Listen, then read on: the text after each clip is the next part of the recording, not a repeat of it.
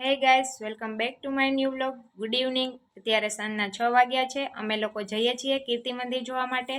તો ચાલો ત્યાં જઈ હું તમને બધાને બતાવીશ કે પોરબંદરનું કીર્તિ મંદિર કેવું છે. જો આ પોરબંદરનું કીર્તિ મંદિર છે. પહોંચી ગયા છીએ અમે અંદર. તો હવે જઈ અને જોશું કે કેવું છે બધું.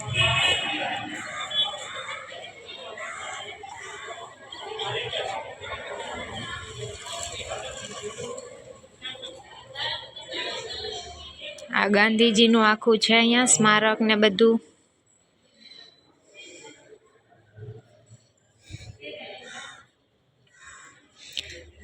ગાંધીજીના જૂના ફોટોઝ ને બધું લગાવેલું છે.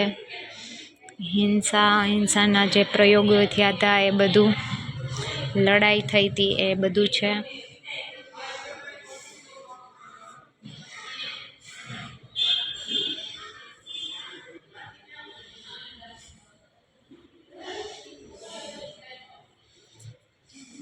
નમક કાનૂન ભંગ.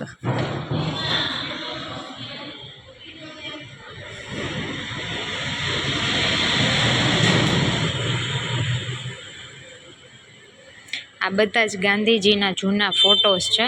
એનું આખું જીવનશૈલી કે કેવી રીતે શું બધું થયું હતું, કેવી રીતે જીવતા હતા, એ બધું જ આમાં સમાવેશ થઈ ગયો છે. આ ગાંધીજીનું સંગ્રહ સ્થાન છે અંદર રૂમમાં. એ જે એના જીવનમાં બધી વસ્તુઓને યુઝ કરતા એ બતાવેલી છે અંદર.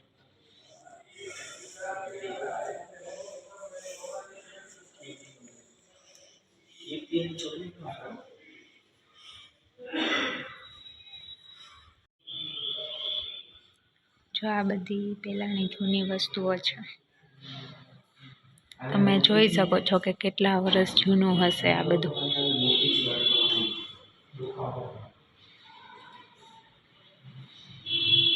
આ બધું એના ઘરનો સામાન છે.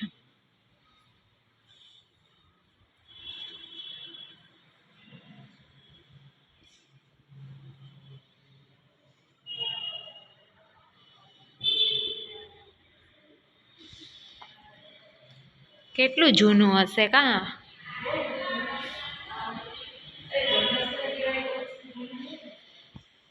(1777) સાલનું છે આ બધું. ગાંધીજીનો જન્મ પોરબંદરમાં. આ બધા એના પુસ્તકો છે જો, બધી જ લેંગ્વેજમાં છે. આ જો એમ બધું એના ઘરનો ડેકોરેશનનો સામાન હશે. જો આ ત્યારથી ચાલે આવે છે ગાંધીજીનું. બુરા મત બોલો, બુરા મત દેખો, બુરા મત સુનો. અત્યારે કેટલી ફેમસ છે. અત્યારે હા ભાઈ બહુ ચાલે છે એમાં. એક હા હજી વધારે એક એડ થયું છે. માણસ વિચાર કરતા એવું બુરા મત સોચો વાળું. પેરોડ ને જો કેટલા ફાઇન છે. પેરોડ ફાઇન છે ને આ બનાવેલું છે. આ બધા જો પેલાના તોરણ હતા ને એ છે. એમાં અત્યારે ફેશન બહુ હતી ને મેઇન વસ્તુ ચરખો એનું મેઇન છે. કેમ ચલાવતા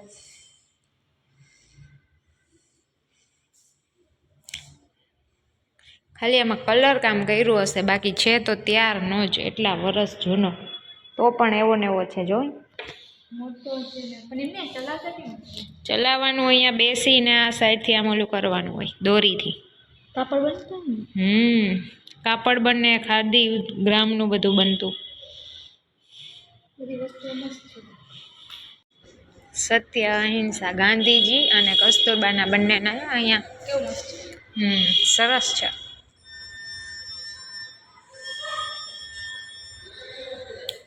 બાર પણ એક ચરખો રાખેલો છે. અહીંયા બેસીને કદાચ ચલાવતા હશે. આ નવો બનાવ્યો હશે. ગાંધીજી ચલાવતા નહીં, ઓલો અંદર છે ઈ. હવે અત્યારે તું ચલાવ તો હું જોઈ લઉં.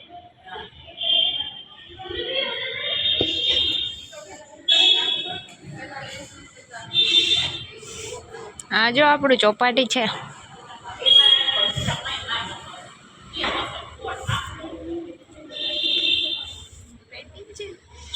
સ્વચ્છ ભારત નિર્માણ, માર બાપુ. હા જો સીમા જોશી. સરસ બનાવ્યું છે. તું આર્ટિસ્ટ છે તો તું બનાવીને મોકલજે અહીંયા એક.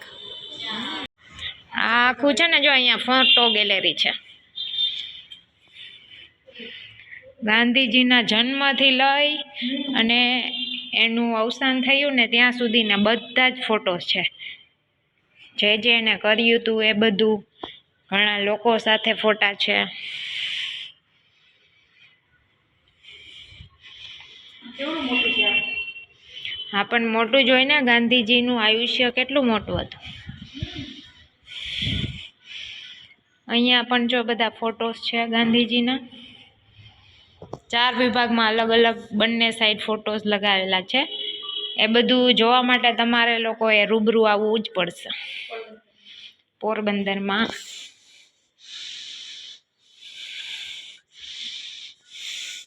જો આ બધું નેતરકામ ને બધું છે, એ નહીં, ગૃહ વિજ્ઞાન ને આ શું છે? આ તેલ ને એ ત્યારે બધું યુઝ થતું ને એ છે.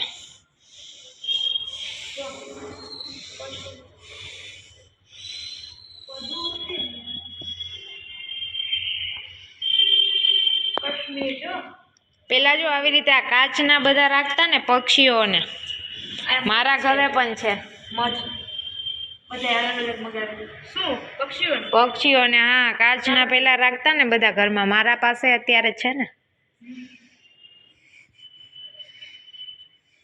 ચક્કરી છે અલગ અલગ.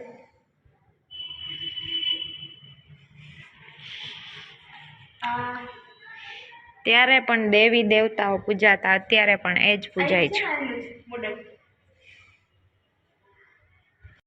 કચ્ચામાં બધું જો આ છે ને, પેલા અત્યારે જે બધું મશીનરીથી બનવા માંડ્યું ને, પેલા જો આધુનિક યુગમાં આવી રીતે હાથથી જ બધું બનતું. અત્યારે બધી હાથની વસ્તુ આટલી વેચાતી ને, અત્યારે મશીન પેપરના જો બધા રમકડા છે. પછી પેપર જો આ બધું હાથેથી જ બનતું હતું. હાથી જો હા, જો આ બધું હાથીના દાંતમાં જ બનાવેલું. અત્યારે કોઈને એવું બનાવવાનો ટાઈમે નથી અને ફાવે પણ નહીં. ચંદન આ જો કેટલું જૂનું છે, આપણે જોઈએ તો એ વિચાર આવે કે કેટલા વર્ષો પહેલા હશે. અત્યારે લોકોને તો અહીંયા જ જોવા મળે, બીજી જગ્યાએ નહીં. આ જો કેમાંથી બનાવ્યું છે. આ જો એટલે ડાઇનિંગ ટેબલ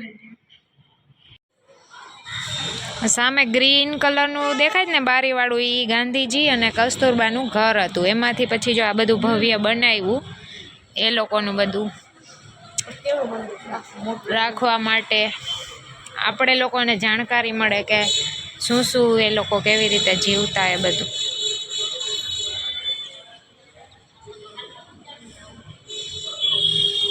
કેટલા દૂર દૂરથી માણસો જોવા આવે ને.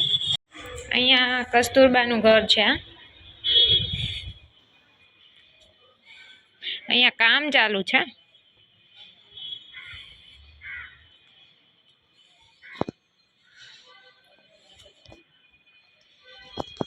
પૂજ્ય કસ્તુરબા ગાંધી સ્મારક.